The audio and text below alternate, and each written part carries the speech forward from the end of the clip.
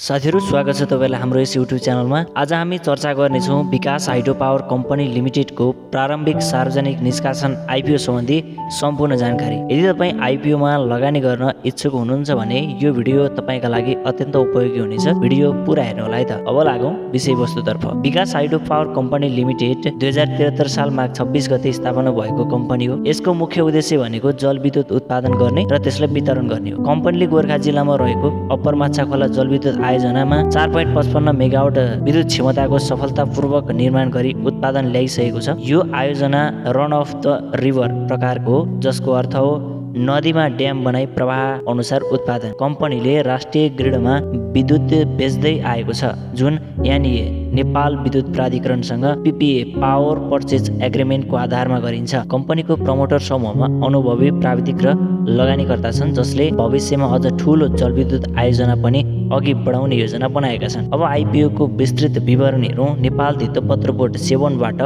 विकास hydro power company लिमिटेडलाई वैशाख 16 गते 2082 वैशाख 16 गते चाहिँ आईपीओ निष्कासन गर्नको लागि अनुमति दिएको। आईपीओ अन्तर्गत कम्पनीले कुल किता 44,54,596 किता निष्कासन गर्न लागेको छ भने प्रति शेयर मूल्य 100 रुपैयाँमा निष्कासन गर्न लागेको छ भने कुल रकम करिब रु 44.5 करोड चाहिँ सङ्कलन हुनेछ। यसमा कर्मचारी, स्थानीय बासिन्दा र सर्वसाधारण लगानीकर्ताका लागि छुट्टा छुट्टै हिस्सामा छुट्याइएको हुन्छ। यो आईपीओ को इस्यु म्यानेजर यानि कि यो आईपीओ को बिक्री प्रबन्धकका रूपमा प्रभु क्यापिटल लिमिटेडलाई चाहिँ नियुक्ति गरिएको छ। आईपीओ खुल्ने मिति भने हालसम्म सार्वजनिक भइसकेको छैन। तपाईलाई यस कम्पनीको चाहिँ आईपीओ निष्कासन हुने मिति सार्वजनिक भइसके पछाडि तपाईलाई यसै च्यानल मार्फत चाहिँ हामी जानकारी दिनेछौँ। र तर 7 बाट स्वीकृत मिलिसकेकोले अब छिट्टै खुल्ने अपेक्षा गर्न सकिन्छ। अब प्रश्न उठ्न सक्छ, यो कम्पनीमा लगानी गर्नु ठिक हो त? अब हेरौँ यो कम्पनीको सकारात्मक पक्ष र नकारात्मक पक्ष। सकारात्मक पक्षहरू आयोजना निर्माण सम्पन्न भइसकेको छ र उत्पादन सुरु पनि भइसकेको छ। पीपीए अनुसार कम्पनीलाई निश्चित मूल्यमा विद्युत बिक्री हुनेछ।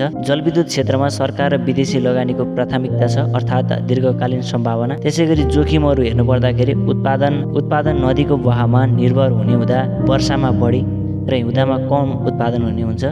निर्माण लागत र ऋण भार उच्च हुनु। त्यसैले जुनसुकै कम्पनीको आईपीओ तथा एफपीओ निष्कासन भए पछाडि त्यसको सकारात्मक पक्ष र नकारात्मक पक्ष बुझेर मात्र आईपीओ लगानी गर्न आवश्यक छ। यस विकास हाइड्रो पावर कम्पनी लिमिटेडको आईपीओमा एक राम्रो अवसर हुन सक्छ, विशेष गरी दीर्घकालीन लगानीका लागि। तर लगानी गर्दा सधैँ जोखिमलाई विचार गर्नुहोस्। कम्पनीको वित्तीय विवरणहरू पढेर मात्र निर्णय गर्नुहोला र आईपीओमा आवेदन चाहिँ दिनु होला है त। साथीहरु, यदि तपाईलाई यो जानकारी उपयोगी लाग्यो भने कृपया हाम्रो च्यानललाई सब्स्क्राइब गर्नुहोस् र यो भिडियो लाइक तथा शेयर गर्नुहोला। आगामी भिडियोहरूमा हामी अन्य कम्पनीहरूको आईपीओ सम्बन्धी जानकारी प्रस्तुत गर्नेछौँ है त।